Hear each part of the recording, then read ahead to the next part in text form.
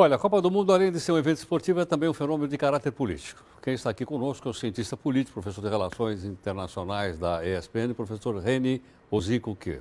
Professor Reni, boa noite, obrigado mais uma vez, Reni. Tudo bem? Tudo bom. Reni, me parece o seguinte, que os jogos da Copa do Mundo, nem todos são exibidos na Coreia do Norte. Difícil, lá nada é exibido, né? A Coreia do Norte não sabe o que acontece no mundo. Eles vivem num mundo fechado, mas construído, parece que eles tinham restrições, por exemplo, a mostrar jogos da Coreia do Sul ou dos Estados Unidos. Com certeza. O futebol ou qualquer um evento desse porte internacional, ele é uma réplica das rivalidades políticas. Uma pesquisa de opinião recente mostra, por exemplo, qual é o país que os gregos estavam torcendo contra. E aí a Alemanha e os Estados Unidos, porque são os dois que estão dando dinheiro, cobrando dinheiro deles. Aí você perguntou para o México, qual é o país que você torce contra ou que você não quer que ganhe? Estados Unidos. Para a Argentina, Inglaterra e Brasil. E por aí vai, Japão e Coreia. Enfim, as rivalidades políticas, elas são replicadas dentro do esporte. Essas rivalidades também não tem no campo emocional? Tem, mas elas... Mais até no campo... Os argentinos são nossos sócios. Tudo quanto é coisa a gente vende para eles, vende para nós. Nosso grande parceiro comercial faz parte do Mercosul conosco. Como é que a gente pode ter rivalidade com eles? Pois é, mas a gente tem uma história de rivalidade de competição pela posição de supremacia na região. Tivemos guerras lá atrás com eles. Tem essa história, tem essa rivalidade. Ela continua, tanto continua que o Brasil... Provavelmente os torcedores brasileiros vão preferir torcer para a Alemanha do que a Argentina ser campeã. Por quê? Porque no nosso imaginário político, da nossa identidade nacional, o que é? A Argentina é o nosso competidor, é o nosso rival. Então nós temos a Argentina como alguém que não deve ganhar. As identidades políticas, elas são construídas desses eventos históricos e culturais de comparação.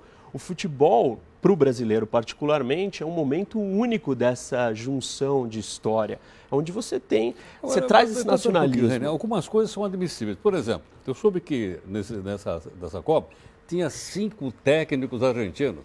Da Colômbia era técnico argentino, da Argentina era argentino, do Chile era argentino e eu não me lembro os outros. Quer dizer, eram argentinos treinando chilenos para jogar contra a Argentina. É permitido... Ou com a Colômbia?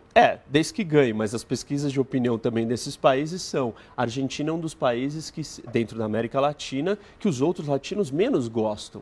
Então eles até aceitaram o argentino para ver se o futebol deles melhorava, mas a população, a opinião pública de cada um dos países da América Latina é contra a Argentina, não vê a Argentina com bons olhos. Você conhece algum campeonato em que um time não entrou em campo porque o outro era o seu? Suponha, por exemplo, um jogo entre Israel e Palestina, por exemplo.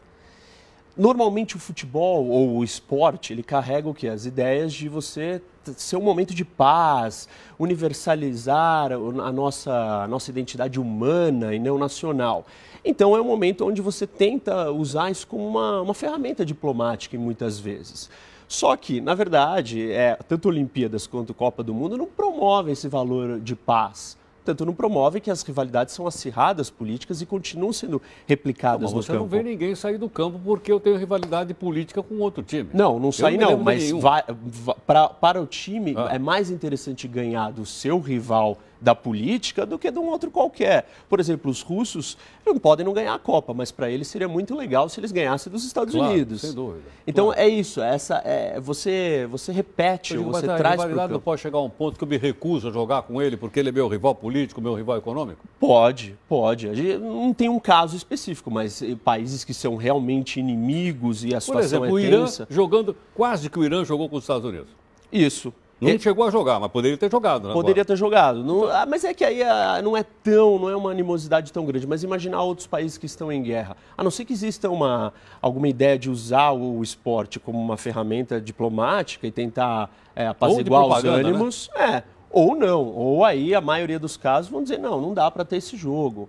Mas as pessoas costumam usar o esporte, né? Os políticos usam o esporte como uma ferramenta nacionalista. Você não acha que isso está um pouco dissolvido? Já visto aqui, primeiro, você olha o time de um determinado país, ele não é formado mais só por naturais daquele país. Tem gente lá que é de outros países, estão naturalizados, tem gente que vieram da ex-colônia, o caso, por exemplo, da França, não é verdade?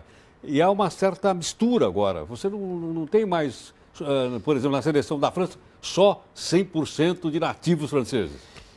É o que aparenta, Heródoto. Aparenta? Mas aparenta isso. Essa leitura é uma leitura que realmente parece que é isso que está acontecendo. Só que a gente olha para a história da França e aí teve um jogador lá de descendência argeliana que não cantou o hino, porque ele não se sente totalmente assimilado pelaquela sociedade. Esse é um exemplo.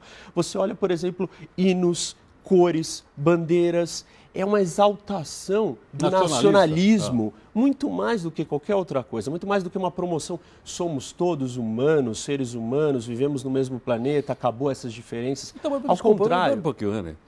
Você não acha que num momento como esse, as bandeiras e a camisa substituem o meu time de futebol?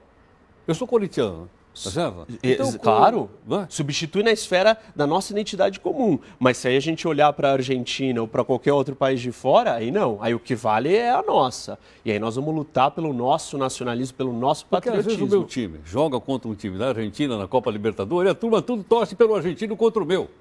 Pô, você já viu isso ou não? Onde é que já vi, mas será... Aliás, tem até camisa. Você já viu camisa meio a meio? Sim, mas aí é o quê? É o time, não é quem? Não é a seleção do país. Quando a gente está falando de esporte nacional, e aí vamos, por exemplo, comparar com o tênis. O tênis tem os atletas, indivíduos, a gente até sabe quais são as nacionalidades deles, mas não é tão importante, não é tão relevante quanto a gente está falando do esporte de nações. Aliás, quem ganha não levanta a bandeira, coisa nenhuma, não. Ele pega a taça. Isso, porque é o indivíduo jogando. Agora, quando a gente fala de esporte de nações, Copa do Mundo e Olimpíadas é o ápice dessa representação das nações competindo. E elas têm um impacto político não só pelo nacionalismo, mas, por exemplo, ser a sede do evento, a luta pela sede. Isso é uma ferramenta política. Hoje, num mundo onde a guerra não é tão importante, ou a força física é menos importante do que, por exemplo, a narrativa, você contar a sua história, então esses eventos se tornam plataformas para você contar a sua história e projetar poder internacionalmente.